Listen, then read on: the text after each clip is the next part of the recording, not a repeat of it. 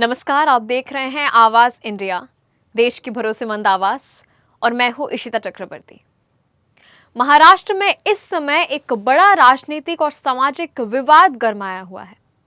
राज्य सरकार के उस फैसले ने पूरे प्रदेश में हलचल मचा दी है, जिसमें ऑटो रिक्शा और टैक्सी चालकों के लिए मराठी भाषा का ज्ञान अनिवार्य करने की बात कही गई है। ये मुद्दा अब सिर्फ एक नियम नहीं रहा, बल्कि रोजगार, पहचान और राजनीति का बड़ा टकराव बन गया है। सरकार ने साफ कहा है कि 1 मई 2026 से सभी लाइसेंसधारी ऑटो और टैक्सी चालकों को मराठी भाषा का बुनियादी ज्ञान होना बेहद जरूरी होगा। इसके तहत ड्राइविंग लाइसेंस और परमिट के दौरान जांच की जाएगी और नियम न मानने पर लाइसेंस रद्द करने तक की कार्यवाही हो सकती है। सरकार का तर्क है कि ये कदम यात्रियों और चालकों के बीच संवाद को आसान बनाने और महाराष्ट्र की स्थानीय भाषा को बढ़ावा देने के लिए जरूरी है।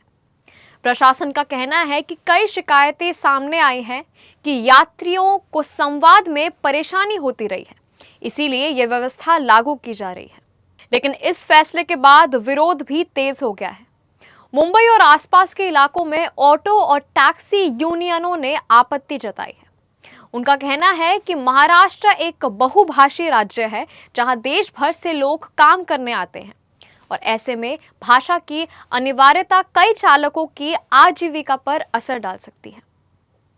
वहीं राज्य सरकार का पक्ष रखते हुए मुख्यमंत्री देवेंद्र फडणवीस ने कहा कि ये फैसला किसी समुदाय के खिलाफ नहीं है, बल्कि महाराष्ट्र की भाषा और संस्कृति को मजबूत करने के लिए लिया गया कदम है।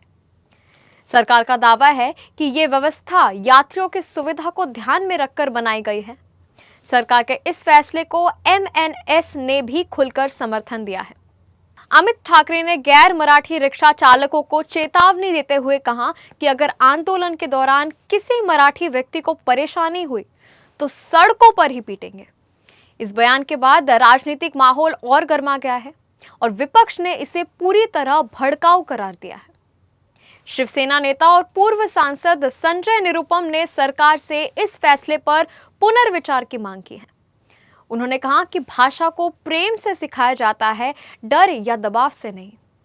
उन्होंने ये भी चेतावनी दी कि कठोर नियम हजारों चालकों की रोजी रोटी पर असर डाल सकते हैं।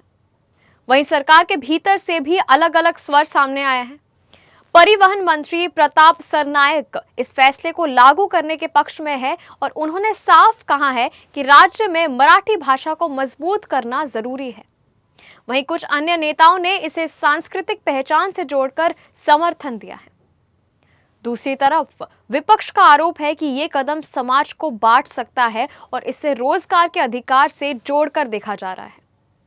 इसे यूनियनों ने आंदोलन की चेतावनी दी है और कहा है कि अगर नियम वापस नहीं लिया गया तो परिवहन व्यवस्था प्रभावित हो सकती है। इसी बीच सरकार ने अब इस विवाद को शांत करने के लिए एक नया कदम उठाया है। राज्य में ऑटो और टैक्सी चालकों के लिए मराठी भाषा सिखाने की मुफ्त ट्रेनिंग देने की तैयारी की जा रही है, ताकि नियम को लागू करने में मदद मिल सके। फिलहाल ये पूरा मामला एक बड़े टकराव में बदल चुका है। एक तरफ मराठी अस्मिता और स्थानीय पहचान का सवाल है, तो दूसरी तरफ रोजगार और आजीविका का मुद्दा। अब सबसे बड़ा सवाल यही है, क्या यह नियम महाराष्ट्र में संवाद और व्यवस्था को मजबूत करेगा या फिर ये विवाद सड़कों पर और बड़ा आंदोलन बन जाएगा? अब तक के लिए बस इतना ही। ब्यूरो रिपोर्ट, आवाज इंडिया।